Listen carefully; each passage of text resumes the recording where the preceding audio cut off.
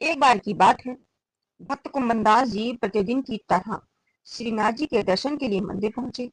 उस दिन उन्होंने देखा कि श्रीनाथ जी कुछ उदास से बैठे हैं, मुंह लटका हुआ है, मानो मन में कोई बात अटकी हो। कुंभनदास जी ने प्रेम पूर्वक पूछा, प्रभु, आज क्या बात है? ऐसे मुंह फुलाए क्यों बैठे हैं? श्रीनाथ जी मुस्कुराकर बोले, क्या बताऊं कुंभनदास, आज तो मक्खन खाने का मन बहुत कर रहा है। कुंभनदास जी बोले, तो प्रभु बताइए, मक्खन कहाँ से लाएं? श्रीनाथ जी ने कहा, देखो कुंभनदास, एक गोपी है जो रोज मेरे दर्शन को आती है और कहती है, प्रभु, मुझे अपनी गोपी बना लो, आज उसी के घर चलते। ये सुनकर कुंभनदास जी थोड़े से घबरा गए। प्रभु, कोई देख लेगा तो? श्रीनाथ जी हंसते हुए बोले, अरे नहीं, आज उसके घर शादी है, सब बारात में गए हैं, घर में केवल गोपियां ही हैं। हम चुपके से जाएंगे, माखन खाएंगे और लौट आएंगे, किसी को पता भी नहीं चलेगा। कुंभनदास जी बोले, ठीक है प्रभु, पर मैं बूढ़ा हूँ और आप हट्टे कट्टे, अगर कुछ हुआ तो मुझे छोड़कर मत भाग जाना। श्रीनाथ जी बोले, पक्की बात, साथ साथ भागेंगे, पहले माखन फिर वापसी। दोनों धीरे धीरे उस गोपी के घर पहुंचे। पीछे एक छोटी सी दीवार थी। योजना बनी थी कि दीवार फांद कर भीतर जाना है। दोस्तों, प्रभु की लीला सुनते हैं ना, और तो बहुत अच्छा लगता है।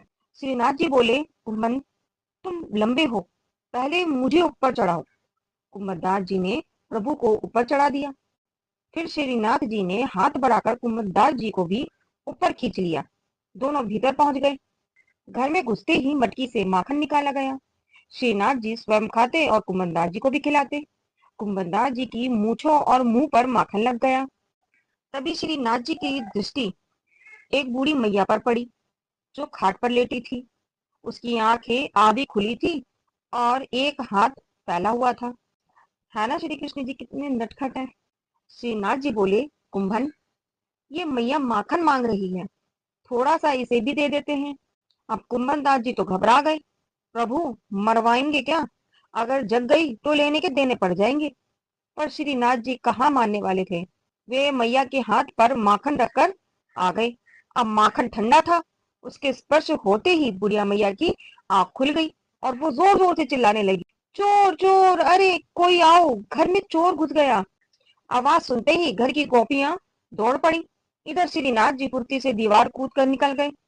कुंभदास जी भी पीछे पीछे चढ़े, पर वृद्ध होने के कारण आधे ही चढ़ पाए। एक गोपी ने उन्हें पकड़ लिया। अंधेरे में चोर समझकर उन्हें खूब पीटा। फिर दिया जलाया गया। जैसे ही उजाला हुआ, सब चौंक गई। अरे, ये तो कुंभनदास बाबा है। एक गोपी बोली, बाबा, आप रात में हमारे घर क्या कर रहे थे, और ये माखन आपके मुंह पर? फिर वो हंसते हुए बोली, आप कह देते तो हम खुद माखन पहुंचा देते, इतना कष्ट क्यों किया? कुंभनदास जी चुप रहे।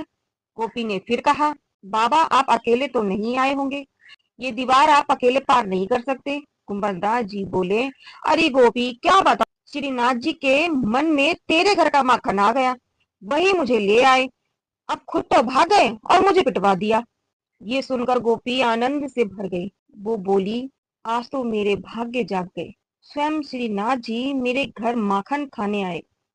ऐसी है मेरी श्याम सुंदर की कथाएं। राधे राधे।